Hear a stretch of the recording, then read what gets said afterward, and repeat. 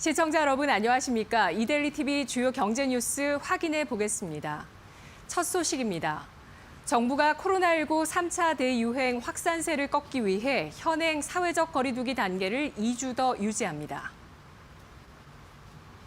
특히 직장 회식이나 가족 지인 간 모임을 고리로 한 집단 감염을 제어하기 위해 그동안 수도권에서만 적용해왔던 5인 이상 사적 모임 금지 조처를 전국으로 확대해 방역 수위를 한층 끌어올릴 계획입니다.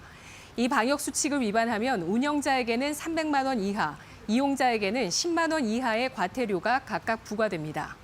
정부는 다만 코로나19 감염 우려 속에 그동안 운영을 금지했던 수도권 지역 학원, 교습소, 전국의 스키장 등은 인원과 운영 시간 등을 제한하는 조건으로 일부 허용했습니다.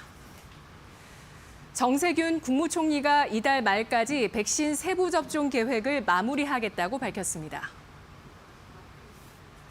정 총리는 오늘 중앙재난안전대책본부 회의를 주재해 지난해 말 정부가 총 5,600만 명분의 코로나19 백신 계약을 완료했다며 전 국민이 모두 예방접종을 받으실 수 있는 충분한 양이라고 전했습니다.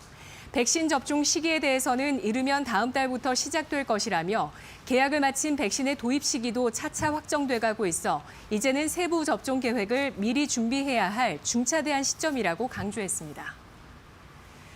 홍남기 부총리 겸 기획재정부 장관은 수출이 다른 국가들에 비해 선방하며 올해 경기 반등 모멘텀을 주는 1등 공신이 될 것이라고 밝혔습니다.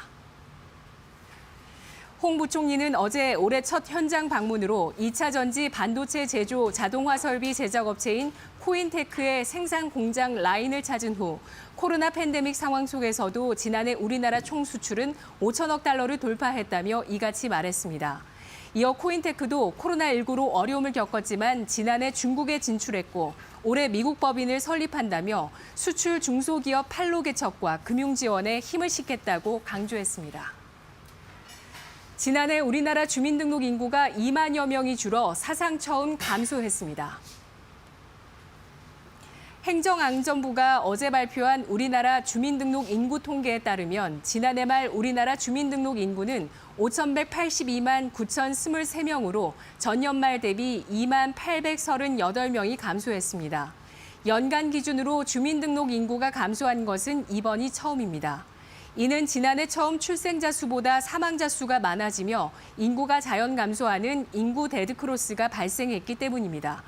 한편 1인 가구 증가 여파로 세대 수는 1년 전보다 61만여 세대가 증가하며 사상 최대인 2,309만 3,108세대를 기록했습니다. 한국금융연구원은 올해 취약계층의 대출 부실 위험이 커질 수 있어 금융 출구 전략이 필요하다고 밝혔습니다. 금융연구원은 어제 이런 내용을 포함한 2021년 주요 금융 이슈를 진단했습니다. 금융연구원이 정한 이슈는 경제 양극화 심화, 코로나19 출구 전략, 가계부채 위험, 기업 부실과 구조조정, 마이데이터 및 종합지급 결제업 도입, 해외 대체 투자 부실화, 금융정책 지원, 프로그램 연장 여부 등 7가지입니다. 김영도 한국금융연구원 선임연구위원은 올해 백신 보급으로 코로나19 종식이 가시화되면 출구 전략을 고민해야 할 시점이 될 것이라며 출구 전략은 경기를 위축시킬 수 있어 중요할 것이라고 전망했습니다. 대웅제약이 코로나 치료제 중증 환자 대상 임상 3상 시험 계획을 승인받았습니다. 대웅제약은 오늘 공시를 통해 식품의약품안전처로부터 국립중앙의료원외 70여 개 병원에서 코로나 치료제 DWJ1248의 임상시험을 승인받았다고 밝혔습니다. 회사 측은 중증 코로나19 환자와 렘데시비르 투약이 필요한 환자들을 대상으로 렘데시비르와 DWJ1248의 병용요법에 대한 효과와 안정성을 평가할 것이라고 설명했습니다. 이상으로 이데일리 TV 뉴스를 마칩니다. 이어서 간추린 소식 전해드립니다.